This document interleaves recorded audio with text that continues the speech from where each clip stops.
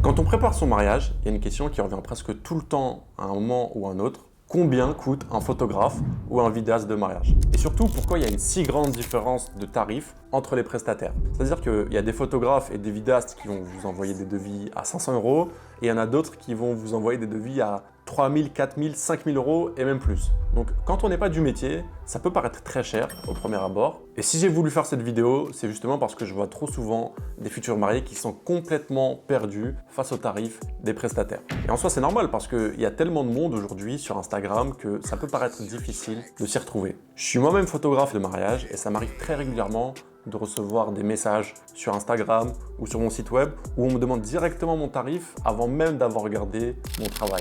Aujourd'hui, je réponds plus du tout à ces messages parce que pour moi, en fait, ça n'a tout simplement pas de sens de donner son tarif immédiatement avant d'avoir montré son travail. Donc dans cette vidéo, je vais tout vous expliquer simplement. À la fin, vous allez comprendre exactement ce que vous payez et pourquoi vous le payez. Et je vais vous expliquer aussi ce que représente réellement le travail d'un photographe ou d'un vidéaste de mariage professionnel. C'est parti. En France, aujourd'hui, en moyenne, le prix d'un photographe de mariage, c'est entre 1 500 € et 3 000 €. Je dis bien en moyenne parce que ça peut aussi être moins que 1 500 € et ça peut aussi aller bien au-delà de 3 000 € selon le niveau et selon la réputation du photographe. Pour la vidéo, en général, le prix est un peu plus élevé. En moyenne, on est entre 2 000 € et 4 000 € la prestation. Donc encore une fois, là aussi, ça va dépendre du niveau du vidéaste, de son expérience et de sa réputation. Et quand on combine une formule photo plus vidéo, on peut arriver très rapidement sur des budgets compris entre 3 000 € et 7 000 €. Donc à première vue, ça peut surprendre, ça peut même choquer quand on n'a pas tous les éléments pour comprendre ce qui se cache derrière ces chiffres. Et je suis conscient que la plupart des couples sont très surpris quand ils découvrent tous ces tarifs-là, mais je vais vous expliquer ce qui se cache derrière ces chiffres. La première chose à comprendre déjà, c'est que quand vous avez un photographe ou un vidéaste, vous ne payez pas uniquement pour sa présence le jour du mariage. Ça vraiment, c'est super important parce que c'est la partie visible. Mais vous payez aussi pour tout ce qu'il y a avant le mariage et pour tout ce qu'il y a après le mariage. Je m'explique. Le jour J en soi, c'est le moment le plus important parce que c'est là que le mariage va se passer. Mais en soi, il n'y a pas que ça à prendre en compte. Parce que après le mariage, en fait, il y a tout le travail invisible que personne ne voit, c'est-à-dire la retouche photo ou le montage vidéo. Et ça, c'est ce qui prend de très loin le plus de temps. La post-production, c'est beaucoup plus de travail que les 10 heures ou les 12 heures de présence le jour du mariage. Et en plus de ça, il y a aussi tout ce qui se passe avant le mariage. C'est-à-dire que quand vous prenez un photographe ou un vidéaste pour immortaliser votre plus beau jour, si vous prenez quelqu'un qui fait bien son travail, ce qui va se passer, c'est qu'il va vous appeler avant le mariage. Probablement que vous allez faire un visio avant le jour J pour faire le point en détail sur le programme de la journée, sur les moments forts à anticiper, sur les discours et sur tout ce qui va se passer de manière générale. Donc tout ça, ça prend du temps. Et du coup, il y a aussi toute la partie administrative, c'est-à-dire tous les devis qui vont être envoyés, tous les contrats, toute la préparation du matériel en amont. Tout ça, pareil, c'est du travail invisible qu'on ne voit pas, mais pourtant, ça prend du temps et ça fait partie aussi de l'ensemble de la prestation. Donc au final, quand on met tout bout à bout, à savoir les 10 à 14 heures de présence le jour J, toute la post-production après le mariage et tous les échanges et la préparation en amont du mariage, on peut vite arriver à plus de 50 heures de travail pour un seul mariage. Donc tout ça, en fait, il faut bien le prendre en compte. Quand vous payez un vidéaste à 3 000 € pour votre mariage, vous ne payez pas 3 000 € uniquement pour sa présence le jour J. En fait, vous payez 3 000 € pour tout son temps de présence le jour J, plus tous les échanges que vous faites en amont, plus toute la post-production après le mariage, qui est la partie qui prend le plus de temps. Une fois que le mariage est terminé, le travail est aussi terminé pour quasiment tous les prestataires. Ce qui va se passer, c'est que le DJ, il va ranger ses platines, il va rentrer chez lui. La wedding planner, c'est fini pour elle, elle va passer sur un autre mariage. Le traiteur, pareil, il va ranger ses assiettes. Et en fait, pour la plupart des prestataires, tout est fini une fois que le mariage est passé. Mais pour le photographe et le vidéaste, c'est complètement différent. En fait, c'est les deux seuls prestataires qui vont continuer à travailler sur votre mariage après le mariage. Et c'est même à partir de là que le vrai travail commence.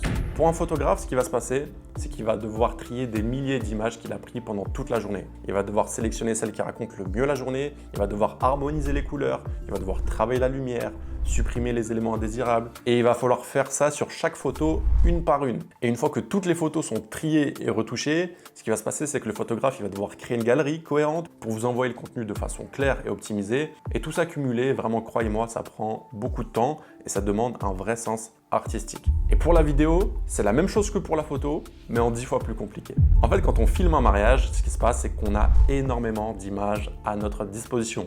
Souvent, on a filmé quasiment toute la journée, des préparatifs jusqu'au soir. Et dites-vous que pour un vidéaste, il va falloir visionner tous les rushs un par un. Il va falloir souvent synchroniser les images avec le son quand il y a des discours. Il va falloir construire une narration cohérente, choisir les bonnes musiques qui correspondent à l'ambiance et à la vibe du mariage. Il va falloir retoucher les couleurs aussi. Souvent, les gens pensent que la retouche des couleurs, c'est uniquement pour les photos. Mais non, pas du tout en fait. En vidéo aussi, on retouche les couleurs, tous les plans, un par un. Et ça, c'est ce qu'on appelle l'étalonnage. Ça demande beaucoup de temps. Il va falloir aussi faire un mix audio pour le film de mariage. En gros, ça veut dire qu'il va falloir qu'on puisse écouter tout le film de mariage avec le même niveau sonore sans qu'on ait besoin de monter ou de baisser le son à un moment du film. Et ensuite, il va falloir exporter ce film de mariage. Et donc, toute cette partie post-production, c'est clairement ce qui prend le plus de temps dans la prestation. C'est du travail invisible en soi parce qu'il n'y a personne qui le voit, mais pourtant, c'est bien là, c'est réel. Donc, que ce soit pour le montage vidéo ou pour la retouche photo, sachez que quand vous payez votre prestataire, vous payez vraiment pour l'intégralité de la prestation, c'est-à-dire avant le mariage, pendant le mariage et après le mariage. Il y a un autre aspect à prendre en compte aussi dans le tarif d'un photographe ou d'un vidéaste de mariage, c'est la responsabilité. Ce que je veux dire par là, c'est que c'est l'un des prestataires, parmi tous les autres, qui porte l'une des plus grosses responsabilités sur les épaules. En fait, pendant toute la journée, le photographe ou le vidéaste, il doit être hyper concentré pour ne louper aucun moment clé. Parce que vous le savez déjà probablement, mais pendant le mariage, c'est très rare qu'il y ait des moments de pause et du coup, ce qui se passe, c'est qu'il faut shooter constamment. Et on n'a pas le droit à l'erreur. Ça, c'est super important puisque dans un mariage, en fait, on ne peut pas rejouer une scène. Par exemple, s'il y a un discours au moment où il y a l'échange des consentements à la mairie, au moment où il y a l'échange des alliances entre les mariés, tout ça, c'est des moments qui n'ont lieu qu'une seule fois. Vraiment, c'est du one shot. Et si le photographe ou le vidéaste, il rate ce moment-là, c'est terminé. On ne pourra plus jamais reproduire la scène telle qu'elle. Et ça, en fait, c'est pareil pour tous les moments forts de la journée. Donc, ça veut dire une chose très simple, c'est que le photographe et le vidéaste, vraiment, ils n'ont pas le droit à l'erreur et ils portent sur leurs épaules une énorme responsabilité. Parmi tous les prestataires du mariage, le photographe et le vidéaste, ce sont vraiment les deux personnes sur qui, à mon avis, les attentes sont les plus élevées. Parce que, en soi, les autres prestataires aussi sont très importants, mais un DJ par exemple, s'il rate une musique ou s'il se foire sur un passage, en soi c'est très embêtant. Mais c'est pas dramatique parce qu'il peut toujours relancer une autre musique derrière. Et ce qui va se passer, c'est qu'on va passer à autre chose. Le traiteur, c'est pareil. Si jamais le jour J, je sais pas moi, il fait tomber une assiette ou s'il se rate sur un repas, c'est embêtant en soi. Mais c'est pas aussi grave que par exemple de louper la photo pendant l'échange des alliances ou de louper complètement un discours en vidéo, parce que ça, c'est vraiment des moments qu'on ne pourra plus jamais reproduire. Par exemple, s'il y a un proche à vous qui est en train de pleurer pendant la cérémonie laïque ou pendant la cérémonie religieuse, s'il n'arrive pas à capturer ce moment-là, à ce moment-là, il est perdu à tout jamais. On ne va pas pouvoir redemander à votre proche de pleurer à nouveau pour faire la photo ou pour faire la vidéo. Donc, ça veut dire qu'il faut être constamment prêt, toujours avoir les bons réglages et tout ça sans jamais interrompre le programme de la journée, c'est-à-dire en étant discret. Le photographe et le vidéaste, en fait, c'est vraiment l'un des seuls prestataires qui n'a pas le droit à l'erreur. C'est constamment du one shot. Au vu de l'énorme responsabilité que c'est de shooter un mariage, je vous dis, c'est vraiment quelque chose qui est à prendre en compte dans le tarif d'un photographe ou d'un vidéaste. Souvent, ce qui se passe, c'est que les photographes et les vidéastes qui facturent pas cher, c'est-à-dire moins 1500 €, souvent c'est que ce sont des débutants ou ils n'ont pas fait beaucoup de mariages. Du coup, le risque qu'ils ratent un moment fort ou un moment important, il est beaucoup plus important que quelqu'un qui a de l'expérience. Un photographe ou un vidéaste qui a de l'expérience, qui sait comment se placer, la probabilité qu'il rate un moment fort ou un moment clé, elle est beaucoup moins importante. Du coup, forcément, vous payez aussi pour cette garantie de résultat. En fait, c'est vraiment comme un travail salarié classique. C'est-à-dire que si vous êtes en CDI, plus vous avez d'expérience et plus vous avez de responsabilités, plus votre salaire sera élevé. Quand vous voyez un photographe ou un vidéaste avec un tarif plus élevé que la moyenne, en général, je dis bien en général parce que ça dépend vraiment de chacun, c'est parce que souvent c'est quelqu'un qui a fait beaucoup de mariages et donc il a plus d'expérience, son niveau est plus élevé que les autres. Ça veut dire qu'il va savoir exactement comment anticiper et comment faire pour ne louper aucun moment important du mariage. Donc ça aussi c'est un facteur à prendre en compte quand vous allez analyser le tarif d'un prestataire, photo ou vidéo, il faut bien regarder tout ça. Vous pouvez acheter votre tranquillité en quelque sorte en prenant quelqu'un qui a vraiment de l'expérience dans ce milieu. Si vous comparez les prix entre certains prestataires photo et certains prestataires vidéo, vous pouvez tomber sur des prestataires très chers et d'autres qui sont très bon marché. Je vais vous expliquer la différence entre les deux. En fait, au-delà de l'expérience et du niveau, dans le monde du mariage, il y a vraiment deux types de prestataires. D'un côté, tu as ceux qui cherchent à faire du volume et d'un autre côté, tu as ceux qui cherchent à faire de la qualité. Ceux qui cherchent à faire du volume, leur but, c'est vraiment de faire le plus de mariages possible chaque année. Ça veut dire qu'ils vont vraiment accepter toutes les demandes qu'ils reçoivent et souvent, ils vont faire peut-être 50, 60, 70 mariages par an. Donc c'est énorme en soi. Et le truc, c'est que vu la quantité astronomique de mariages qu'ils font chaque année, ils peuvent se permettre d'avoir des prix qui sont très compétitifs. Ils peuvent vous proposer des formules photo plus vidéo à 1500 € ou 2000 €. Sur le papier, ça attire beaucoup de monde, mais le problème en fait avec ce type de prestataire-là, c'est que souvent, ils vont sous-traiter. Ça veut dire que c'est pas eux qui vont shooter directement le mariage le jour J. Souvent, ce qui va se passer, c'est qu'ils vont faire appel à des freelances pour faire le travail à leur place et ils vont vous livrer du contenu qui va être à peu près convenable en soi parce qu'ils vont filmer peut-être avec du bon matériel, mais souvent on est sur quelque chose qui est très basique en termes de photos et de vidéos. Il n'y a pas vraiment de vrai style affirmé. Et même au-delà de la qualité des photos et des vidéos, au global, la qualité de service n'est pas spécialement bonne. Ça veut dire que toute la communication n'est pas toujours très fluide. Souvent, il peut y avoir des délais de livraison qui sont très longs. Souvent, pour essayer de les avoir par téléphone, par SMS, ça peut être compliqué. Mais bon, au moins, ils ont un tarif qui est très compétitif. Et ça, c'est un avantage qui plaît à beaucoup de mariés, de payer pas cher. Donc, en général, ces prestataires qui font du volume, ils ont leur base de clientèle.